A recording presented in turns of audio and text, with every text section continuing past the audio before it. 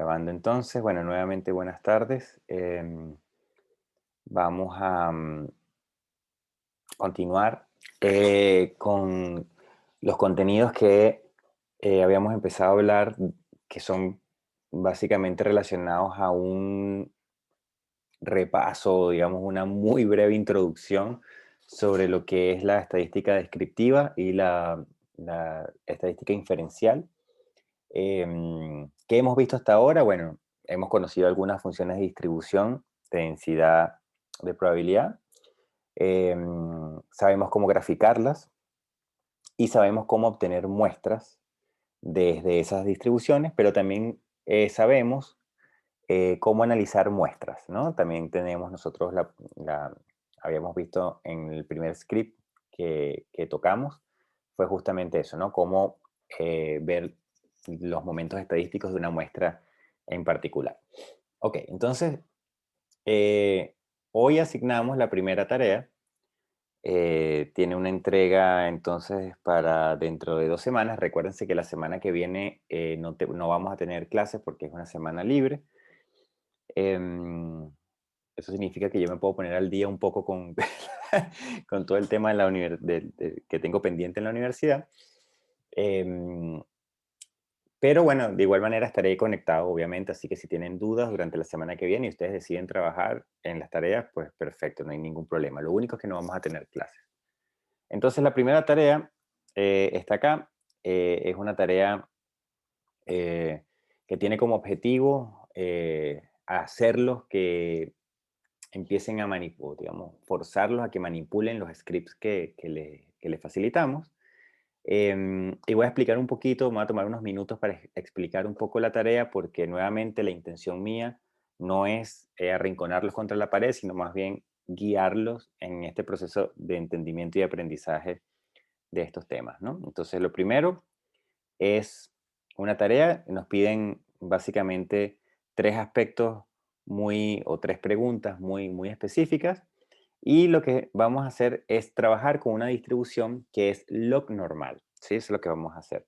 Entonces, vamos a decir, o lo que nos están diciendo, es que tenemos una variable X y otra variable Y esas variables se distribuyen, ¿sí? De manera log normal, tal como se dice acá, ¿no? Entonces, X e Y se distribuyen log normal, ¿sí? De tal manera, entonces, que nosotros vamos a tener una distribución, ¿sí? Que es esta que yo coloco acá. Es una distribución que es log normal, y aquí, ojo, aquí mucho cuidado, ¿sí? Que yo estoy describiendo la función de densidad de probabilidad, o sea, el PDF de las variables X, Y, o sea, en su espacio físico, ¿no? Por lo cual, eh, tienen que tener presente eso, ¿no? O sea, esa función de densidad de probabilidad que está allí colocada es el PDF correspondiente a las variables físicas X, Y que se distribuyen de una manera log normal. Eso quiere decir que estas variables que están acá, es decir, el logaritmo de X y el logaritmo de Y, son las variables que se describen o que siguen una distribución que es normal o gaussiana, ¿sí? Entonces, mientras X, Y son log normales, los logaritmos de X y de Y son los que se distribuyen de manera normal.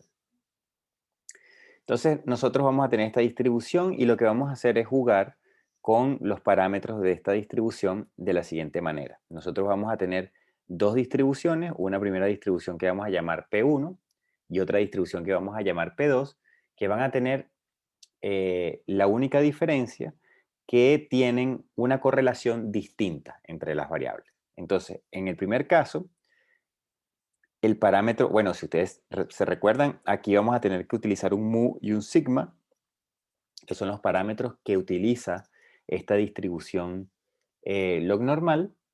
Y entonces, lo que vamos a hacer es jugar con las correlaciones que hay en esas variables, ¿no? En esa matriz de covarianza. Entonces, si ustedes se recuerdan, acá el mu, o sea, el primer parámetro, contiene el logaritmo de las medianas. Por lo tanto, yo lo que estoy diciendo acá en otras palabras es que la mediana de X es 1, la mediana de Y es 2. Y lo que estamos diciendo acá es que el coeficiente de variación de x es 0,5 y que el coeficiente de variación de y es 0,4. Eso es lo que estamos diciendo, ¿sí?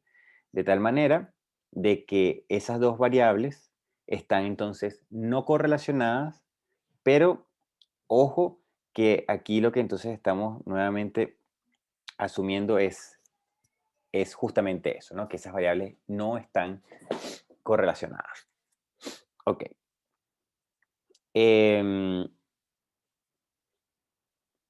Y esto es básicamente la descripción de lo que les acabo de comentar, ¿sí?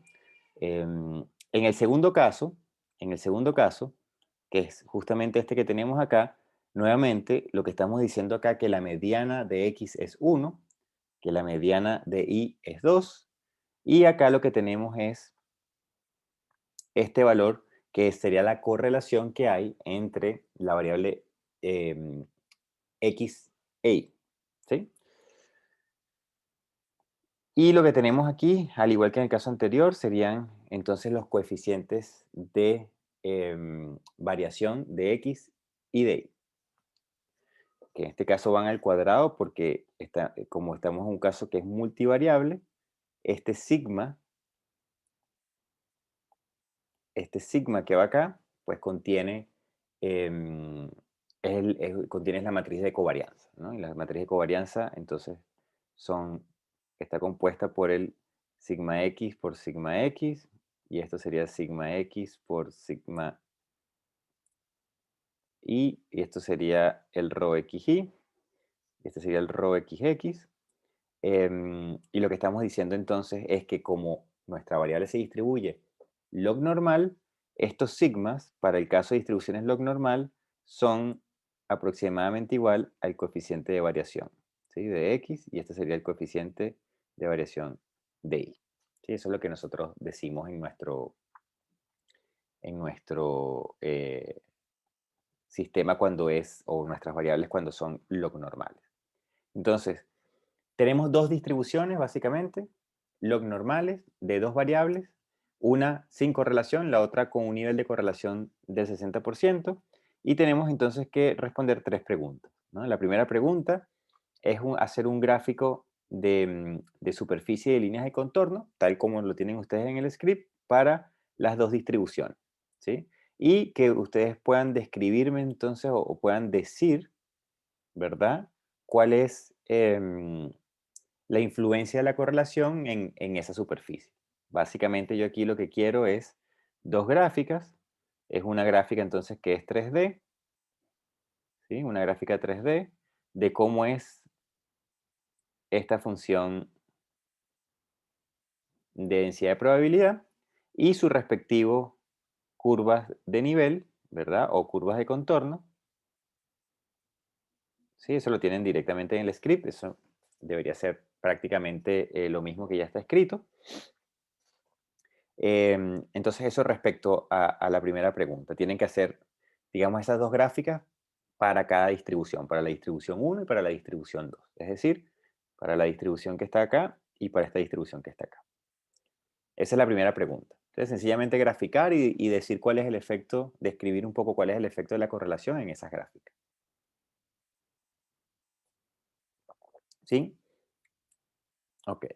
Es importante acá que para esta primera pregunta, ustedes coloquen las gráficas de la distribución de las variables en su espacio físico, ¿sí? En su espacio físico.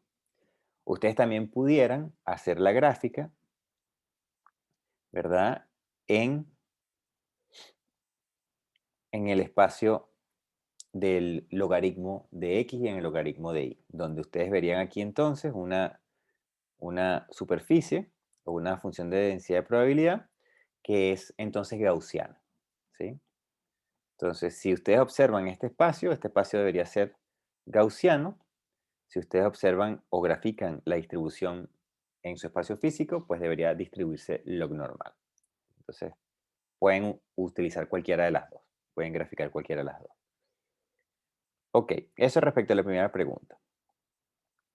La segunda pregunta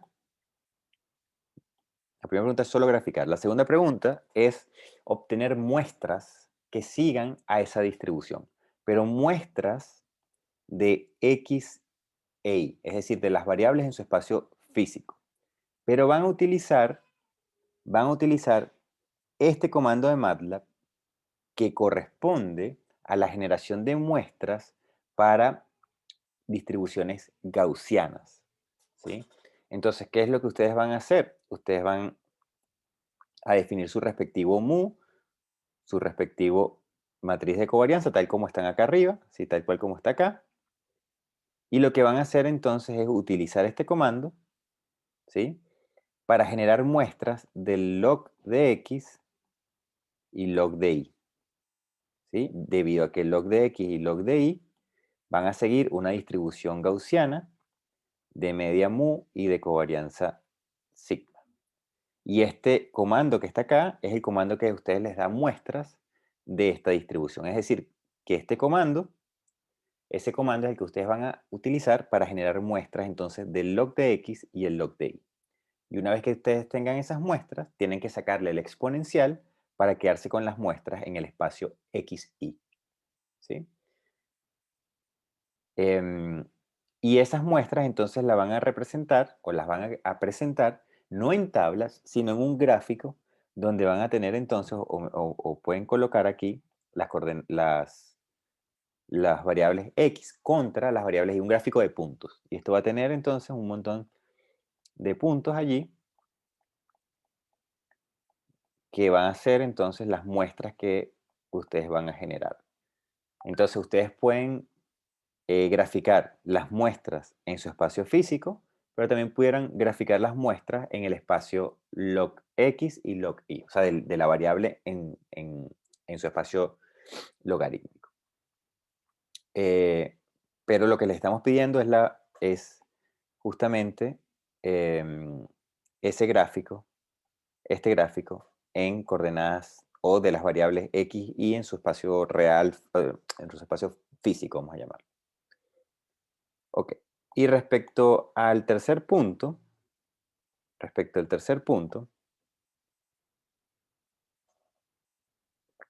lo que yo quiero que ustedes hagan es repetir lo que ustedes hicieron en el caso 2.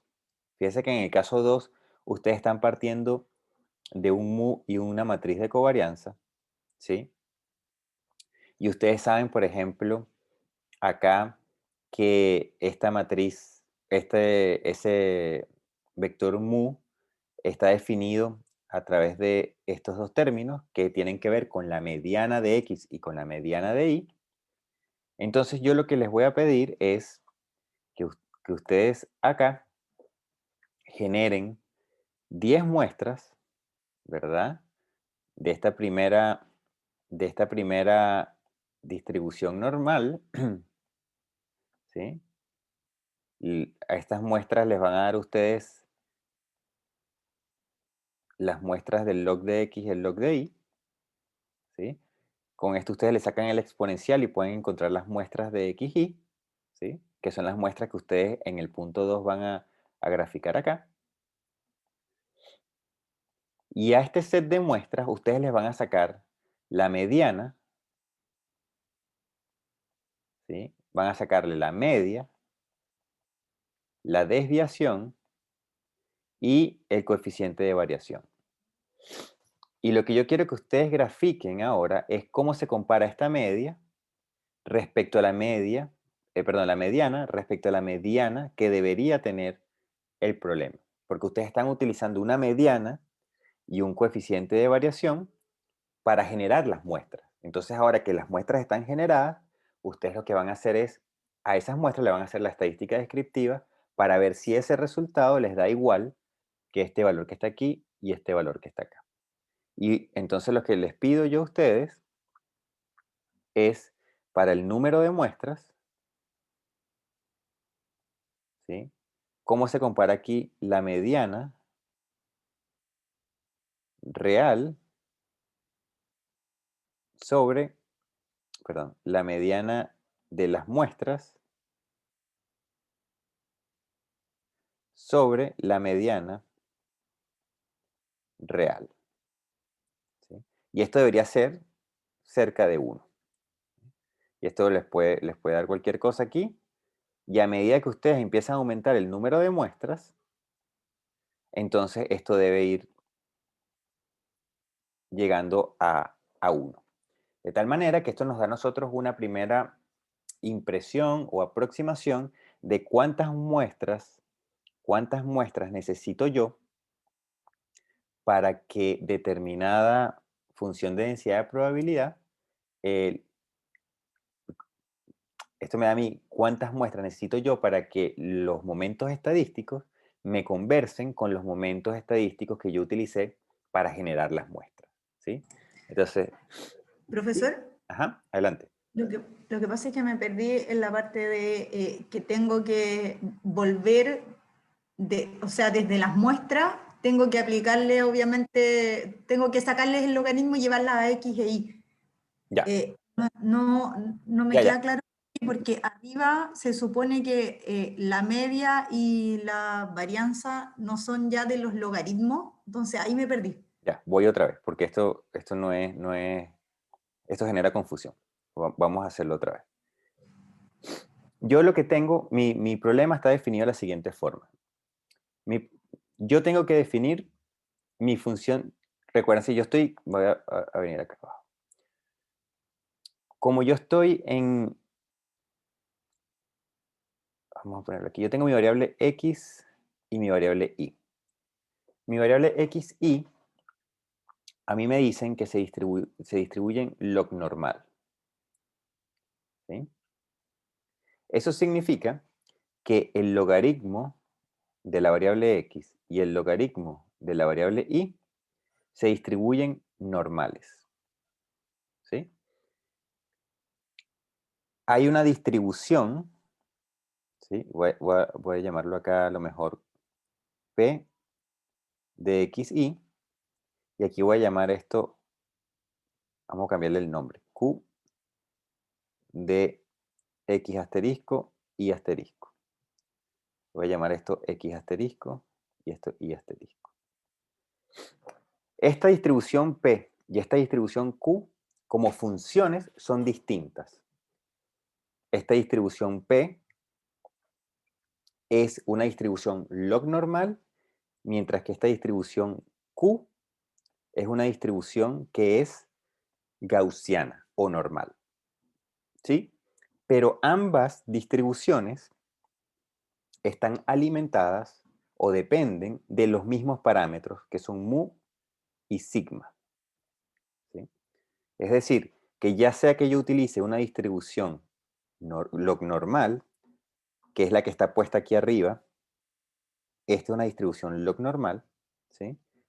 O ya sea una distribución gaussiana, ambas distribuciones utilizan el mismo parámetro mu y la misma matriz de covarianza. Ahora, el problema es, esas matrices mu y sigma son definidas en función, ¿sí? Mu está definido como la mediana de x y la mediana de y sigma está definida con los coeficientes de variación de x y de y. ¿Sí? Ok, Ya, entonces, ajá. hay un tiempo. Sí, sí, sí, Justamente el comando entonces es un muestreo de una distribución normal.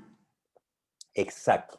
A Ya, eso por eso tengo que hacer tengo que hacer la transformación. Ya, exactamente, Yere. ok. Eso es. Entonces, Ahora sí. perfecto. Entonces, pero voy a tratar de cerrar la idea, ¿no? Para no dejar esto Sí, sí. colgado. Em, qué es lo que uno tiene que decidir acá? Bueno, si yo, primero tengo que definir mu y sigma. Y mu y sigma están definidos entonces en base a la mediana y el coeficiente de variación de las variables en su espacio físico. Y después yo lo que tengo que decidir es con qué tipo de distribución voy a trabajar. O básicamente en qué espacio voy a trabajar. Si trabajo en el espacio real, no real, porque real suena a números reales, en espacio físico de mi variable y utilizo una distribución log normal o utilizo mi distribución gaussiana. Y yo lo que quiero hacer es forzarlos a que ustedes siempre utilicen distribuciones gaussianas. Entonces, lo que ustedes van a hacer al final es generar muestras utilizando este comando que está acá, que básicamente lo que hace es generarme muestras de x asterisco y de y asterisco. ¿Sí? Me genera las muestras en el espacio logarítmico de cada variable, en el cambio de variable. Y para yo devolverlas, entonces una vez que yo obtengo las muestras, le saco el exponencial para convertir estas muestras a x y a y, que son las que en verdad a mí me sirven porque es el espacio físico donde yo quiero trabajar. Entonces, ¿cuál es la idea? ¿Cuál es la idea de lo que queremos hacer acá abajo? Bueno, que yo... Profesor, una consulta. Sí, adelante. ¿El logaritmo neperiano o el logaritmo en base 10? Cuando dice Sí, log. es el logaritmo natural, correcto. Ya. Perdón, yo esa notación siempre Sí, el logaritmo neperiano. Sí, sí, es que como pone log, me confundo un Sí, poco. sí, base 10, sí, ln. Ujú.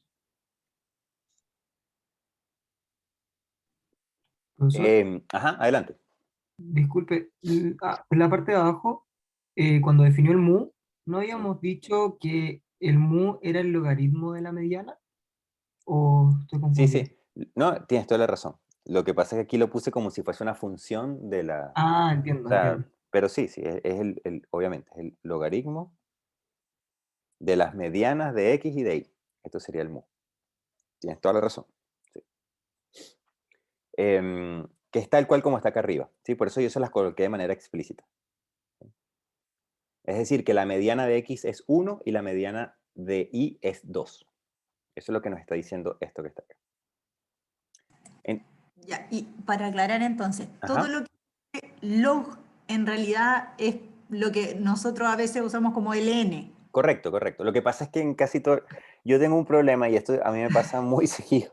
A mí me pasa muy seguido y es que mi notación usualmente, yo no sé en qué momento de mi vida adopté la notación de los scripts de hacer códigos. Entonces para mí yo utilizo seno, por ejemplo, el seno lo utilizo así, Claro. el coseno y el logaritmo neperiano lo utilizo así, pero es ln, pues, ¿no? Ya, no, pero ya queda clarísimo. Sí. De todos modos, en MATLAB el logaritmo neperiano es log. Entonces, tal vez lo uso así. Ok, entonces, qué es lo que queremos o qué es lo que yo quiero que ustedes se den cuenta acá? Yo lo que quiero que ustedes se den cuenta es que si yo tomo entonces, ¿verdad?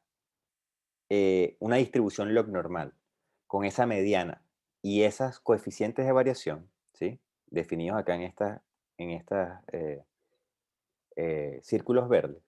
Si yo genero muestras y después a esas muestras le saco la mediana y le saco el coeficiente de variación, esos dos últimos valores tienen que darme muy parecidos a los que yo utilicé para definir la distribución.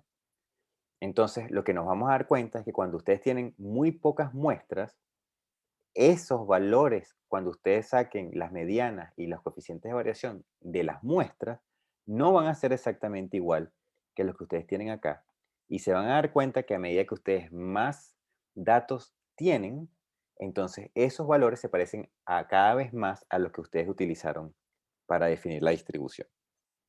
Y eso es muy importante porque es lo que nos va a permitir a nosotros empezar a tener una sensibilidad sobre cuántas muestras son necesarias, por ejemplo, para poder decir que mi distribución se comporta de cierta manera o de otra manera, ¿no? Porque eso es uno de los grandes problemas que uno casi siempre tiene, ¿no? Que uno dice, bueno, yo genero muestras, pero ¿cuántas muestras necesito? Eh, y eso es lo que yo quiero, que ustedes vean cómo cambia esto, ¿no? De todos modos, nuevamente, si tienen dudas a medida que van haciendo las tareas, me avisan y podemos conversar para que a ustedes les quede esto claro y lo tengan al final desarrollado de manera correcta. ¿Sí? Entonces, Hola, profe. sí, hola, Tengo una Consuelo, ¿cómo pregunta. estás? Cuéntame. Es sobre el formato de la tarea. Ajá, ¿Hay que entregar un código, un informe, solamente responder las preguntas? gracias, Consuelo. A mí eso también se me olvida siempre. No, yo no quiero, ojalá códigos no. No quisiera códigos, quisiera que fuese algo tipo reporte. No, tampoco hace falta que sea en inglés, lo pueden hacer en español. Usualmente esto está en inglés porque unificamos las tareas con Alex, entonces a veces él hace algunas y nos las cambiamos, entonces como que las reutilizamos. Em, pero no, un reporte con los resultados principales, ¿no? Tal vez explicando muy concisamente qué fue lo que se hizo y qué es lo que estoy viendo, básicamente, ¿no? Eso es lo importante. Pero los códigos no, los códigos no, los códigos no. Ok, bueno, avanzamos entonces un poquito.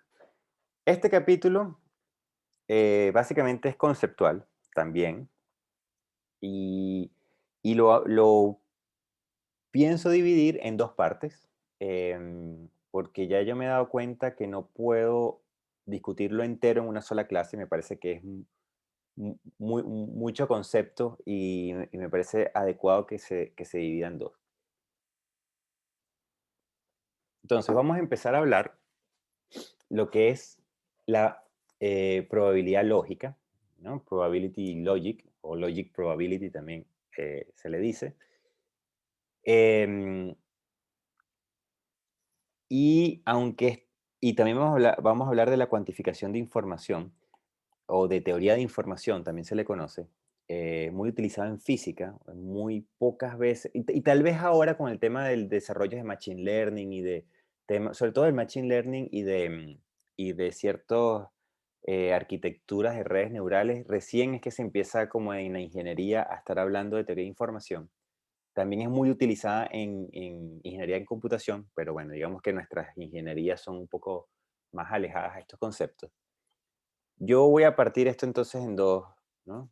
En dos partes. Una, primero, contarles una historia sobre la lógica probabilística y después contarle otra historia sobre la cuantificación de información como teoría de información, que para mí es uno de los conceptos más importantes desarrollados en los últimos 70, 80 años. ¿Sí?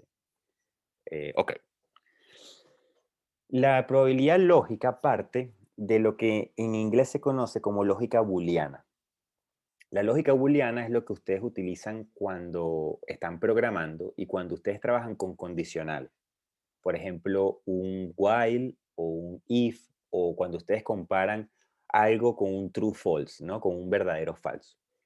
Entonces la lógica booleana vive en extremos. La lógica booleana lo que me dice es, digamos, cómo se compara la información de una variable respecto a una referencia. Y la respuesta de esa comparación es sí o no. Básicamente es igual o es diferente. ¿Sí? Siempre, pero la respuesta, la salida de la comparación es sí o no. Blanco o negro, 0 1. Y a partir de la lógica booleana, de, por ejemplo, digamos, trabajar desde conocer o no conocer una variable, ¿sí? O de que una variable es menor que algo, pero la salida es si es menor es 0 o si es mayor es 1. A partir de ahí se construye entonces, desde la lógica booleana, todavía no estoy hablando de probabilidad, se construye prácticamente unas reglas de cálculo y definen todo lo que son reglas de operación sobre variables o sobre una lógica booleana. Se puede escribir unas reglas de cálculo para operar con estos tipos de condicionales que son verdaderos o falsos. ¿Sí? Son condicionales cuya salida es 0, 1. Cualquier cosa que yo compare una variable con respecto a otra, la salida es 0, 1. ¿Es o no es? ¿Sí?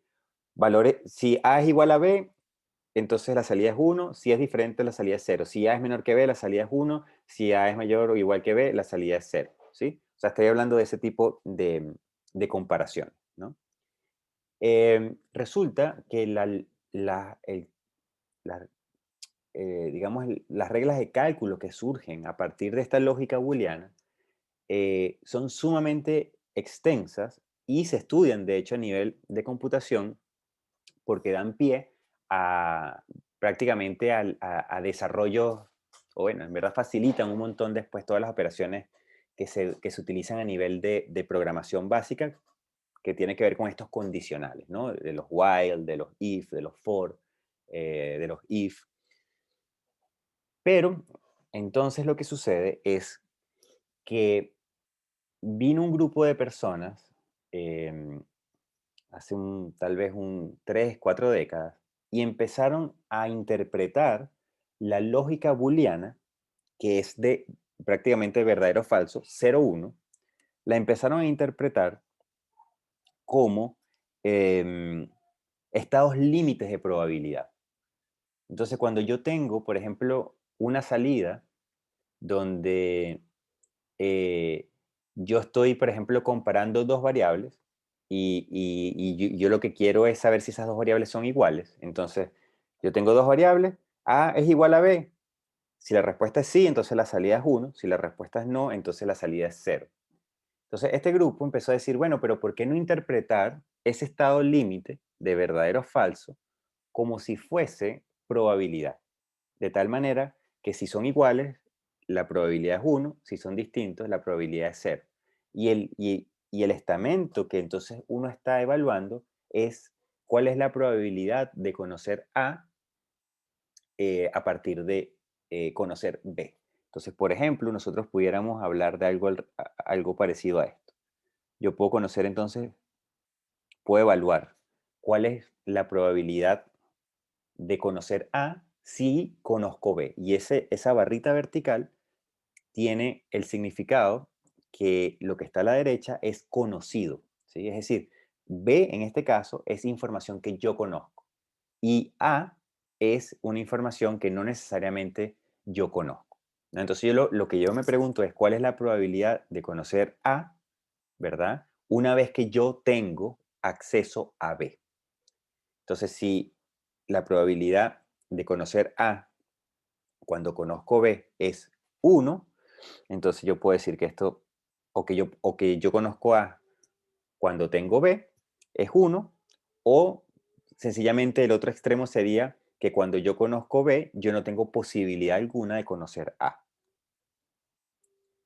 Entonces el otro extremo sería esto. Entonces, básicamente, este es el argumento de la lógica booleana. Y la lógica, no sé cómo se llama la lógica booleana en español, perdón. Así se le llama en inglés y no sé cómo se le llama la lógica booleana en español.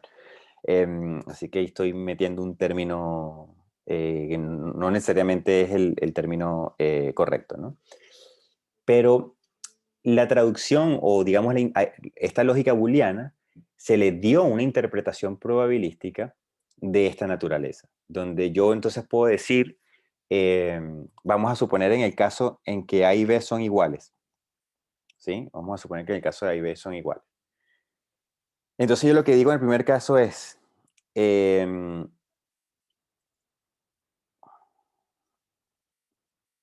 vamos a borrar esto para no confundirnos. Entonces, en el primer caso yo lo que puedo decir es, si conozco B, ¿verdad? ¿Conozco A? Entonces sí, porque A y B son iguales. O sea, digamos que esta es mi verdad, esta es mi verdad, y resulta que esto entonces es cierto, ¿sí? Pero yo también puedo negar ese estamento. Y yo también puedo decir cuál sería la probabilidad de no conocer A si es que yo llego a conocer B, ¿sí? Entonces, aquí sería lo contrario, ¿no? Como, ¿cuál es la probabilidad de no conocer A? Entonces, como yo conozco B y B es igual a A, yo en verdad conozco A, ¿sí? Entonces, yo sé cuánto vale A. Entonces, ¿cuál es la probabilidad de conocer A? 1. ¿Cuál es la probabilidad de no conocer A? 0. Entonces, yo puedo decir que esto es 0, ¿sí? Entonces, la lógica booleana me dice, ¿verdad?, un estado límite de una lógica que empieza a aparecer o que se puede empezar a trasladar o a extender, mejor dicho, a una lógica probabilística. Porque ahora este grupo digamos, de investigadores que empezaron, o de matemáticos, en verdad, que empezaron a desarrollar esta teoría, lo que empezó a decir ahora es que, ¿por qué yo tengo que tener la información de A completa? O sea, ¿por qué yo o conozco A? ¿Por qué yo me tengo que preguntar solamente si conozco A o desconozco A?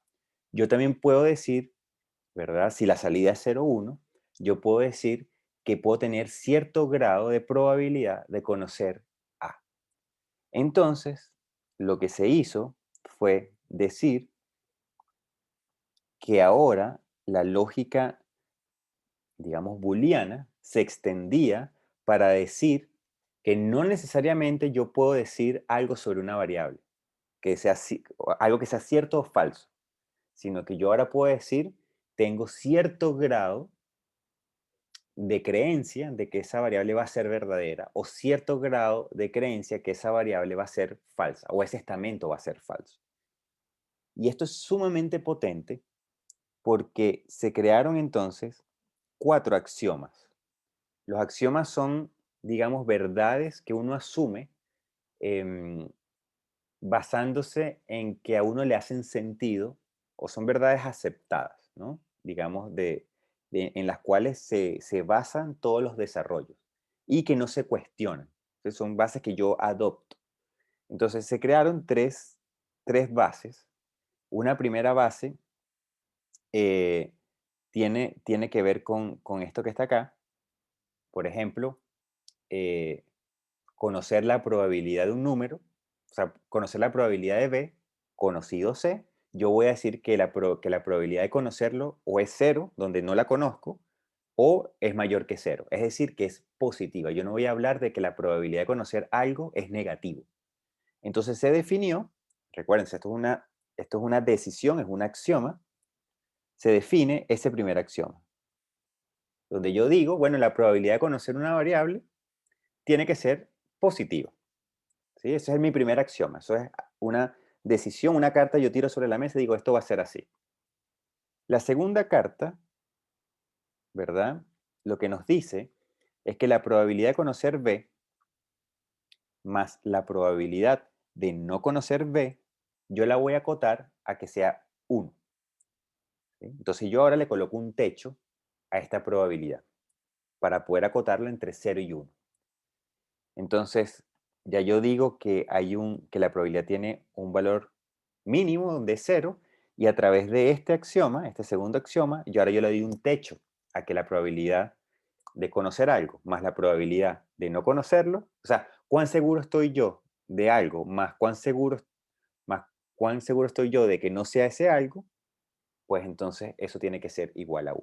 Ese es el segundo axioma, ¿no? Que son cosas que tienen sentido. Por eso esto se llama probabilidad lógica. Y después yo tengo algo que es un poquito más enredado de ver. Yo casi siempre aquí quito este variable c para que se pueda entender, ¿sí?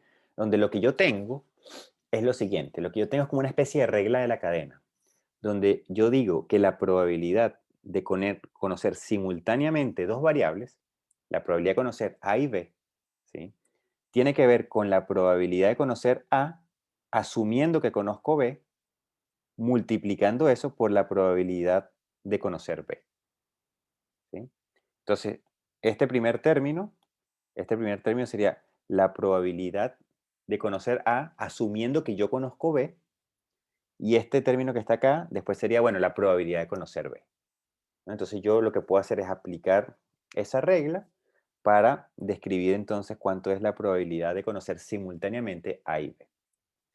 Y resulta que estos tres axiomas, ¿sí? Estas tres cajitas que están acá, que surgen de extender la lógica booleana a un concepto probabilístico para acotar el grado de certeza de conocer una variable entre 0 y 1, resulta que es importantísima porque genera resultados bueno, se colocan acá. No los voy a presentar porque si no aquí estaríamos, bueno, un buen rato y no me interesa hacer una clase de probabilidad, pero se pueden demostrar ciertos resultados, ¿sí? Por ejemplo, se puede demostrar, aquí podemos a lo mejor quitar eliminar ese condicional. El primero aquí sería que si yo conozco B, entonces, que sería este B que está aquí, si yo conozco B, ¿cuál es la probabilidad entonces de conocer B? Bueno, 1, porque yo estoy asumiendo que ya la conozco. ¿sí? Entonces, eso es un primer resultado. El segundo resultado es que si yo no conozco, perdón, que si yo conozco B y me pregunto cuál es la probabilidad de no conocer B, entonces la respuesta es 0, ¿sí? Y estos resultados se pueden llegar solamente manipulando esos 3 axiomas. O sea que manipulando esos 3 axiomas, yo puedo solamente manipulando esos 3 axiomas, yo puedo construir estos resultados, ¿sí? Y por último, yo puedo decir que la probabilidad de conocer B está acotada entre 0 y 1. Pero después hay otros resultados acá interesantes, ¿sí? No los voy a discutir.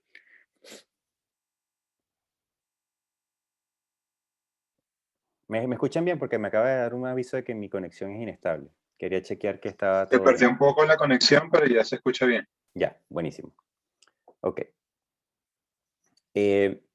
Entonces, lo importante es que a partir de esos axiomas que se crean solamente a partir de lógica, solamente a partir de la lógica, basándome en la información que yo poseo sobre una variable, yo puedo utilizar estos resultados que encontramos acá, ¿sí? Estos resultados, y manipularlos para generar 3 teoremas. Y esos teoremas, entonces, son los que se colocan acá abajo, que es el teorema de la marginalización, el teorema de la probabilidad total y el teorema de Bayes, ¿sí? Y esto tiene una importancia enorme porque cambió el paradigma o cambió el paradigma del entendimiento de la probabilidad como exclusivamente el uso de conjuntos. Resulta que la forma tradicional como uno estudia probabilidad o estadística, más probabilidad que estadística, es a través de unos axiomas que son basándose en teoría de conjuntos, que son fueron introducidos por Kolmogorov, que generan esos axiomas, se generan a partir de teoría de conjuntos y generan entonces 3 teoremas que son los mismos teoremas que uno encuentra si uno parte de la probabilidad lógica. Entonces, aquí lo primero que yo les quiero transmitir es lo siguiente.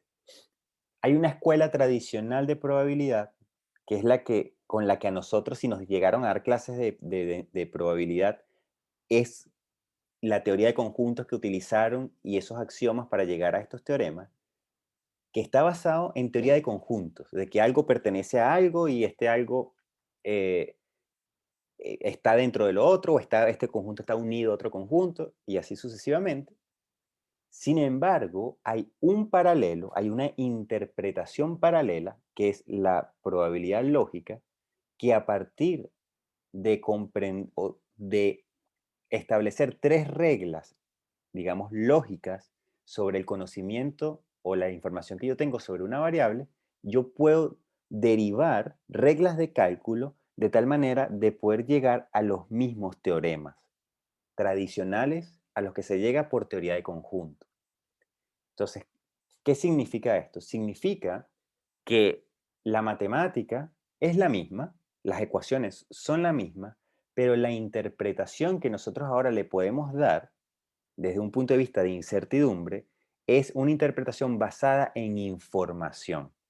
Es en la información que yo poseo sobre una variable y que yo no necesito derivar ni asumir prácticamente ningún tipo de teoría de que algo pertenece a algo y de que no pertenece a otra cosa, sino simplemente asumiendo una lógica de que conozco o de conocimiento, de conozco o no conozco una variable o hasta qué grado conozco yo una variable y acotándola entre 0 y 1, yo puedo tener las mismas reglas de juego que una teoría de probabilidad, digamos, tradicional.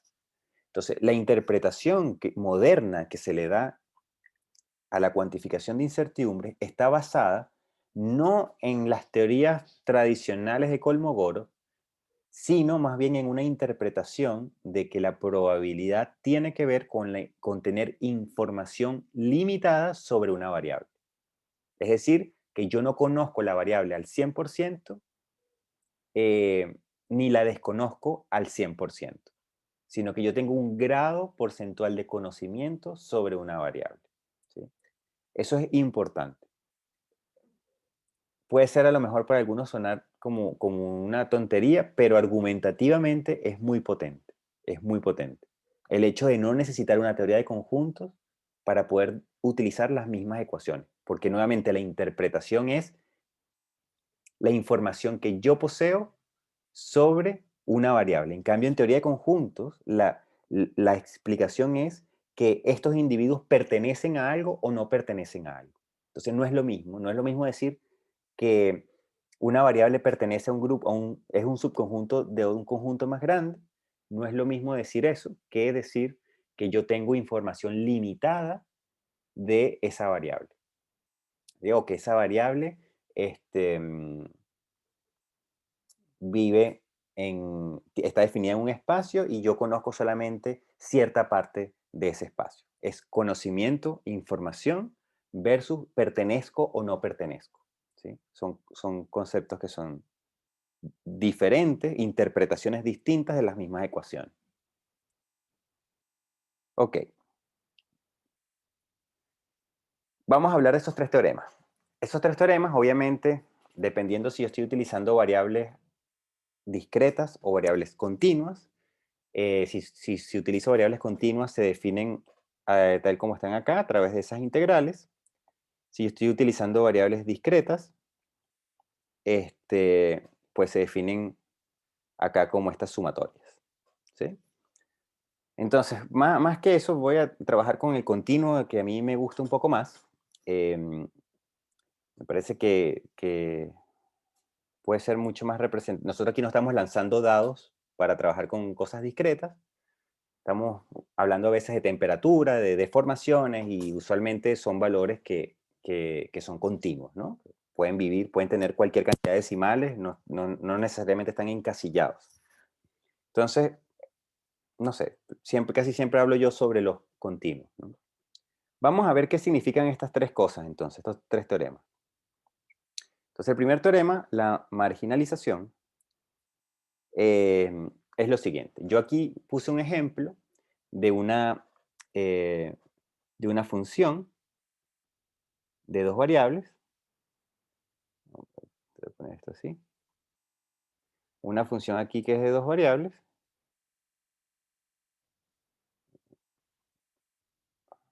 Que esto se vea bien. Ok. Y ese PXY sería entonces la distribución, el PDF, la función de densidad de probabilidad.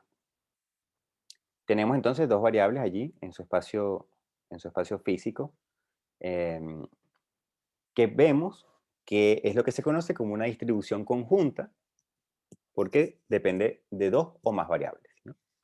Entonces, veamos qué es lo que hace ese teorema de marginalización. Y yo aquí voy a eliminar primero esto lo voy a explicar al final, qué es lo que hace ese pi que está ahí, ¿sí? Y lo voy a eliminar en todas primero. Eliminar esto acá, eliminar aquí. Me permiten aquí tomarme un momento para hacer esto. Ok. Entonces, vamos a entender primero la marginalización. ¿Qué es lo que nosotros estamos haciendo? Entonces, lo que nosotros estamos haciendo primero matemáticamente es integrando esta función solamente en una dirección, ¿sí? Solamente en una dirección. Entonces, lo que nosotros estamos haciendo, en otras palabras, ¿verdad?, es hacer colapsar o contabilizar la sumatoria de toda esa superficie que describe la densidad de la función de densidad de probabilidad. Lo que estamos haciendo es integrando solamente en una dirección. Entonces aquí, por ejemplo, tomamos esa función y la integramos a lo largo de x, es lo que estamos haciendo ahí. Entonces, integramos a lo largo de x, ¿sí? Y al integrar a lo largo de x, solamente nos va a quedar esa integral dependiente de y. Y si nos damos cuenta, y si hacemos eso, lo que nosotros estamos encontrando sería cómo varía la función de densidad de probabilidad ¿verdad? Solamente dependiendo de la variable i. Entonces, cuando yo hago mi marginalización, yo lo que estoy haciendo es, tomo en cuenta cómo es toda la variabilidad en x para quedarme cómo es la variabilidad acumulada en y, después de haber barrido toda la variabilidad en x. Yo también puedo calcular acá lo contrario, es decir, yo pudiera encontrar cuál es la función de densidad de probabilidad para x, ¿verdad? De tal manera que esto sería la misma integral de y de x, solamente que ahora tendría que integrar en y.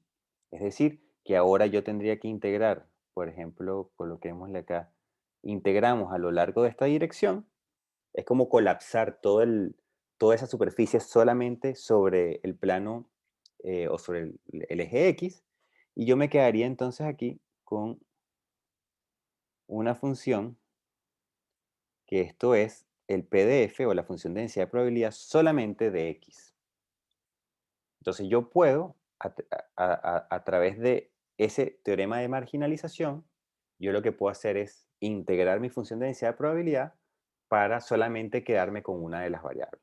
Entonces, hasta aquí yo tengo la función de densidad de probabilidad del conjunto, la de xy, ¿sí? como la combinación de los dos parámetros, o yo puedo encontrar solamente la de x o solamente la de y.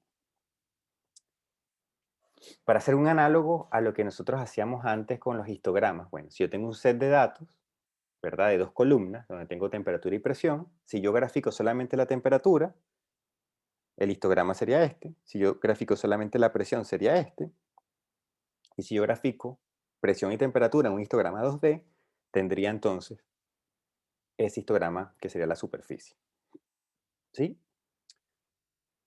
Entonces, esto es interesante, ¿no?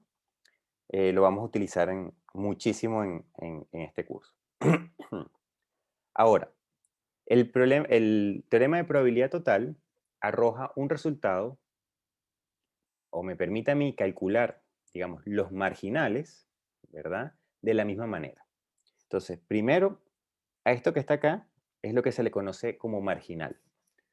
Entonces, estos dos que están aquí, o estas dos funciones, serían los marginales, o el marginal de x, el marginal de y, y esto sería la distribución conjunta, ¿sí? De x, y. Ese es el nombre que recibe. Y vamos a ver que hay otra forma de obtener el marginal. ¿Sí? El mismo marginal que yo tengo acá arriba, yo lo puedo obtener de otra manera. ¿Cuál es esa otra manera? Bueno, yo puedo ahora, y tal vez este no me convenía borrarlo, así no importa. Yo ahora lo que voy a hacer, lo que puedo hacer es resolver esta integral, y esa integral me dice lo siguiente. Esa integral primero me dice que yo necesito conocer cuál es la función de densidad de probabilidad de y para un x conocido. Para un x conocido. Entonces yo puedo partir aquí de un x conocido. Vamos a suponer que es este x. Vamos a quitar esto. Vamos a suponer que es este x conocido. Ese punto yo lo conozco. Y la función que yo tengo acá, esta función que yo estoy describiendo aquí, sería equivalente a algo de este estilo. ¿Sí? Sería una función de densidad de probabilidad para ese x específico. Entonces, esta función de densidad de probabilidad sería lo que se conoce como un condicional, que sería una función de densidad de probabilidad para y, pero conocido un x, para un x fijo. ¿Sí? Conocido un x fijo, yo veo cuál es la función de densidad de probabilidad en y. ¿Sí? Entendiendo que si yo cambio el x, ¿verdad? Y pongo ahora un x más acá, entonces esa función de densidad de probabilidad cambia, porque sería otra de las líneas. Entonces, una vez que yo tengo esta función de densidad de probabilidad condicional, o este condicional, yo necesito, para poder utilizar el teorema de la probabilidad total, yo necesito ahora el marginal de x. Es decir, que yo ahora necesito saber aquí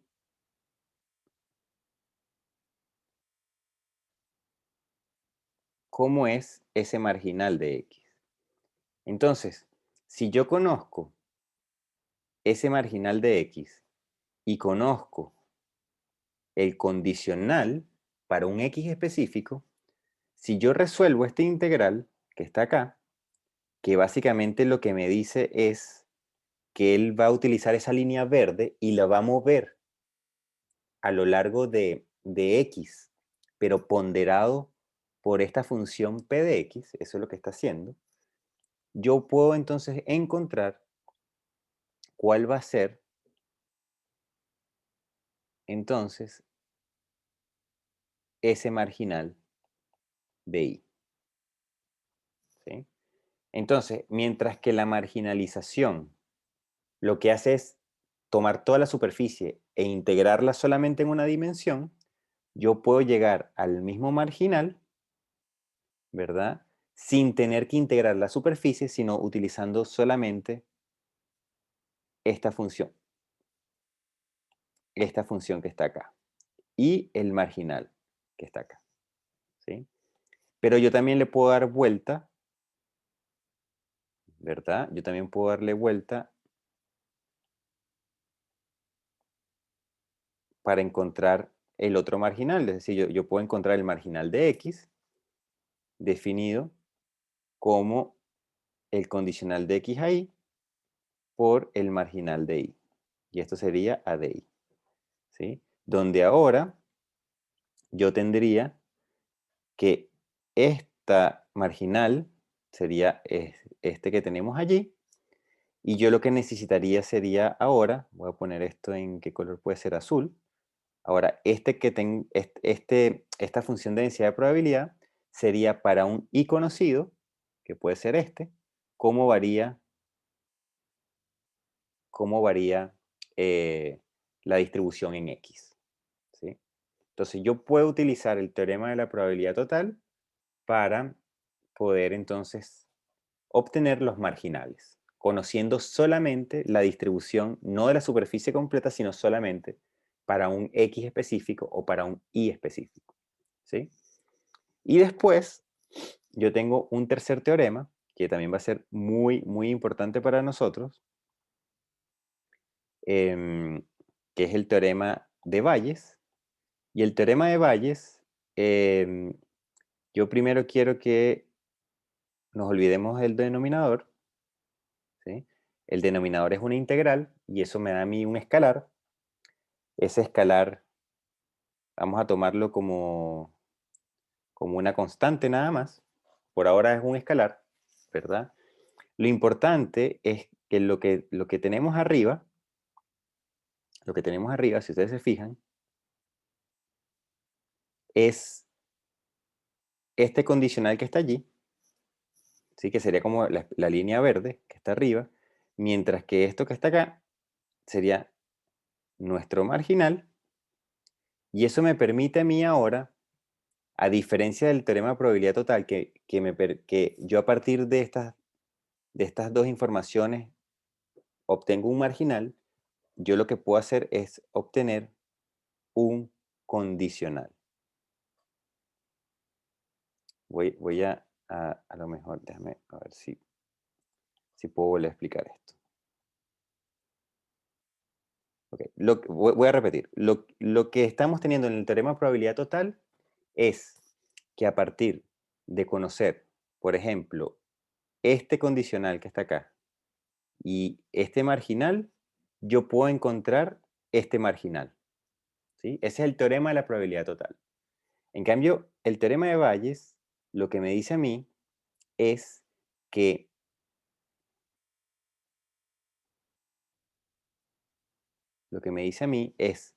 a partir de este condicional y de este marginal, ¿sí? Yo puedo obtener el otro condicional. Básicamente me permite a mí pasar de la curva azul a la verde o de la verde al azul, ¿sí? Eso es lo que me dice a mí el teorema de Bayes. Entonces, y voy a volver a repetir esto. Mientras mientras el teorema de marginalización me permite a mí pasar de acá y acá, utilizando esa información, me permite estimar el marginal, el teorema de Bayes lo que utiliza es este valor y este marginal para encontrar la otra función condicional, ¿sí?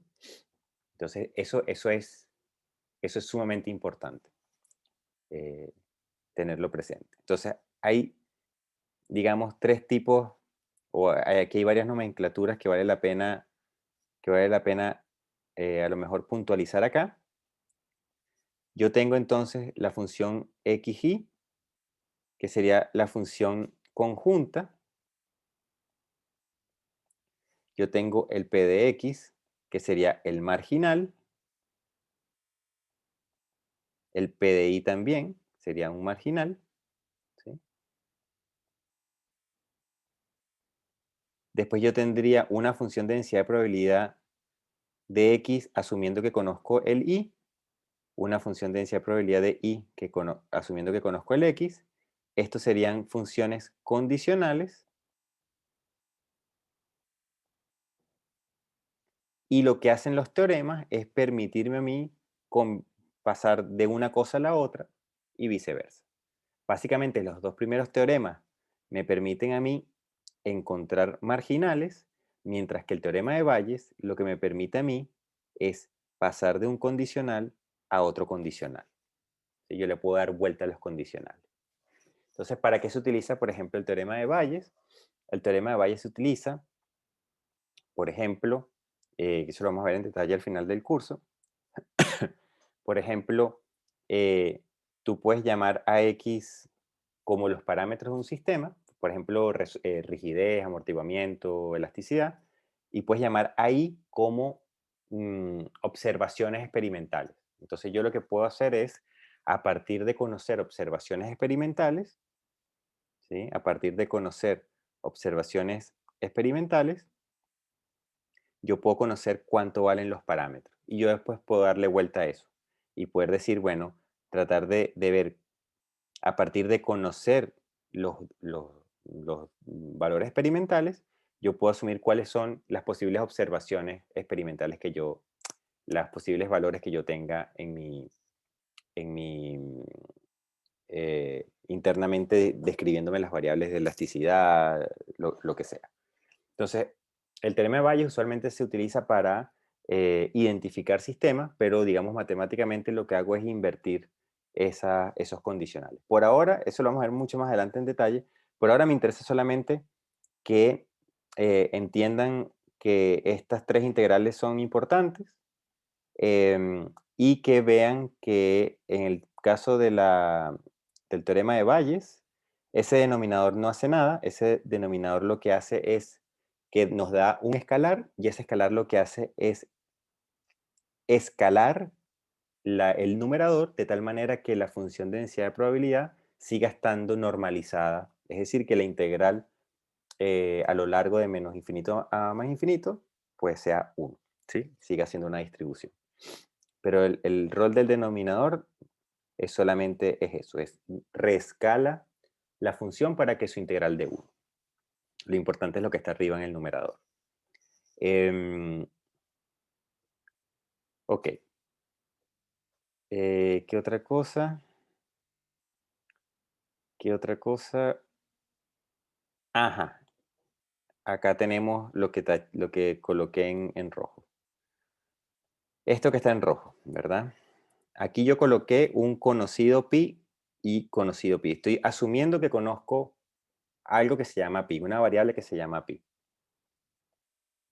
Acá abajo también, estoy asumiendo que yo siempre conozco pi. Aquí conozco pi, conozco pi, conozco pi. Y acá abajo de la misma manera, ¿sí? Entonces, ¿qué es esa variable pi? ¿Por qué yo siempre coloco todos esos teoremas asumiendo pi? Bueno, la respuesta a eso tiene que ver con que nosotros siempre estamos asumiendo algo. siempre estamos diciendo que conocemos algo, ¿sí? Por ejemplo, yo pudiera tener un experimento y pudiera hacer una tabla de datos de presión, temperatura, ¿sí? Y yo de aquí saco los mu, o sea, los valores medios y las desviaciones, y me armo una función de densidad de probabilidad de dos variables, pero yo estoy basándome en que yo hice unos experimentos y que esos experimentos de alguna manera fueron realizados. Por ejemplo, fueron realizados a, no sé, una presión atmosférica de tanto. Y después yo puedo a lo mejor volver a hacer otros experimentos a otra condición o en una condición de humedad distinta, ¿sí? Entonces, al final, yo siempre estoy utilizando información conocida. Siempre, siempre me estoy utilizando o asumiendo algo. Y eso hay que declararlo formalmente en los problemas de incertidumbre, porque nosotros necesitamos indicar que efectivamente el análisis que estamos haciendo está unido a cierta suposición o a ciertos datos o a cierto tipo de experimento, y eso es sumamente relevante, porque después, si yo hago un cambio de esas condiciones, todo mi análisis ahora debería ser diferente, ¿sí? Entonces yo tengo que declarar explícitamente que yo estoy asumiendo ciertas condiciones y todas esas condiciones están concentradas en esa variable pi. Ok. Profesor, Ajá, adelante. una consulta, eso es lo que, no sé si en probabilidad o en otro ramo se llamaba el espacio muestral.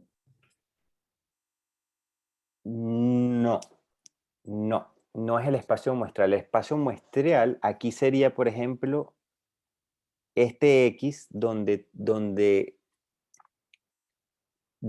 tú dices que es el espacio en el cual esa variable vive, ¿sí? Entonces tú aquí estás diciendo, por ejemplo, X son todos los números reales positivos, por ejemplo. Y ese sería tu espacio muestral, ¿sí? Es el espacio donde X puede vivir. Lo que uno está diciendo acá es que si tú cambias la información que tú tienes, esta función de densidad de probabilidad puede cambiar. No necesariamente el espacio muestral cambia, pero sí cambia a lo mejor cómo se distribuyen los datos. O a lo mejor cambia la media de esa distribución. O a lo mejor cambia la varianza. O a lo mejor no cambia nada. Pero tú tienes que declarar, digamos, formalmente que tú estás asumiendo cierto tipo de condición muy específica, ¿sí? Por ejemplo, si tú estás tomando por ejemplo, tú estás haciendo deformaciones,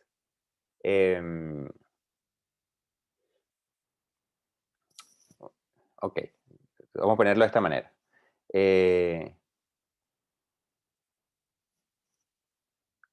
Tú tienes un puente, para mezclar esto con datos como más reales a lo mejor. Tú tienes un puente y ese puente es un puente real, y tú aquí antes del puente, tú monitoreas el peso de los vehículos que pasan, ¿sí? Tú monitoreas, tú dices, este vehículo tiene tal peso y pasa. Y ese vehículo hace una deflexión en el puente. Pero la deflexión no es medida, sino que, por ejemplo, es calculada, por ejemplo. Entonces tú tienes un modelo del puente para este auto. O sea, cuando pasa ese auto con ese peso. Entonces, ese modelo de tu puente puede ser con una constitutiva lineal, puede ser con una constitutiva no lineal, ¿sí? Puede ser un modelo de viga Bernoulli, Euler-Bernoulli, por ejemplo. Puede ser una Timochenko, puede ser un plate, ¿sí? Yo tengo distintos tipos a lo mejor de modelos que puedo aplicar para esta viga, de tal manera que cuando pase un auto, me dé a mí la deflexión. ¿Sí? Distintos, incluso de grados de no linealidad. Y yo lo que voy a tener entonces es que aquí van a pasar un montón de autos, ¿sí? Un montón de autos, y yo puedo tener al final una lista de peso del auto, ¿sí? Y deflexión máxima del puente. Deflexión máxima obtenida con este modelo, pero después yo voy a tener otra deflexión máxima obtenida con otro modelo, con otro modelo, con otro modelo y con otro modelo. ¿Sí? Entonces, si yo veo un histograma de esto, no necesariamente esos histogramas van a ser iguales. Entonces, yo tengo que declarar en mi problema de incertidumbre que el análisis que yo estoy haciendo está casado al yo haber supuesto algo. ¿Qué es lo que yo supongo? Bueno, que tengo este tipo de análisis lineal, no lineal, de Euler, de Timochenko, de lo que sea. Si yo estoy utilizando meramente datos experimentales, ¿sí? Por ejemplo, si yo en vez de hacer ese análisis así, lo hiciera colocando aquí un sensor y midiendo la deflexión, ¿sí?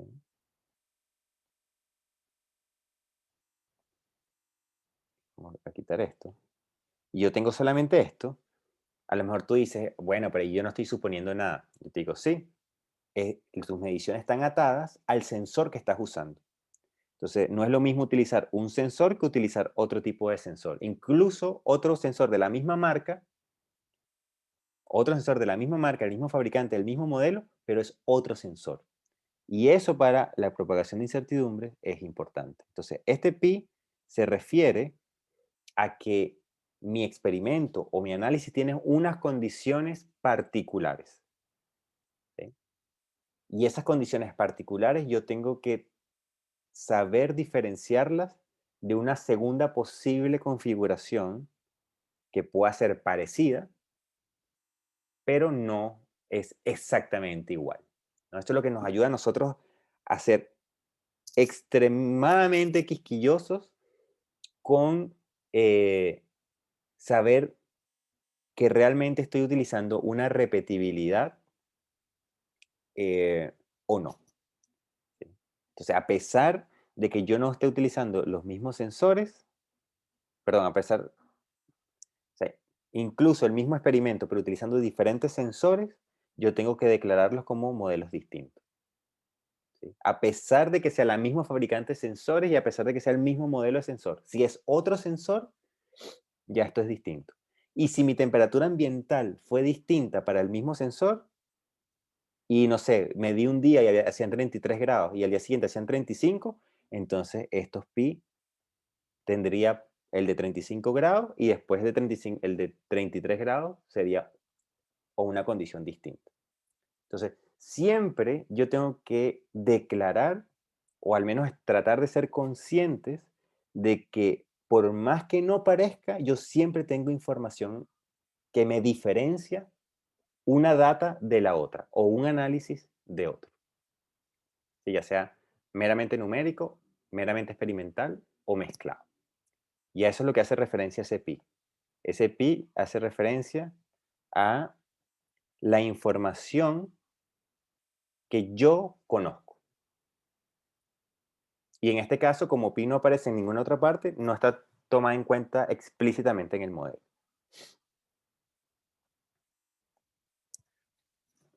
Es una... nuevamente, parece ser una tontería, pero más adelante nos vamos a dar cuenta que va a ser útil para poder diferenciar cosas del estilo de análisis numérico cuando yo tomo un modelo o tomo otro, ¿no?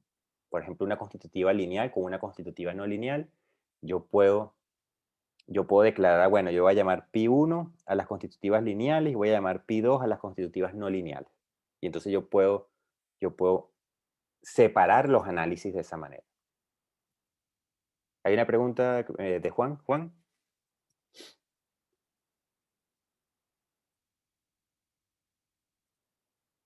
Tienes el micrófono apagado, Juan. Aló, Ah, ahora sí. sí, ahora sí. Que respecto a esa información pi, ¿tiene que ser constante o no necesariamente?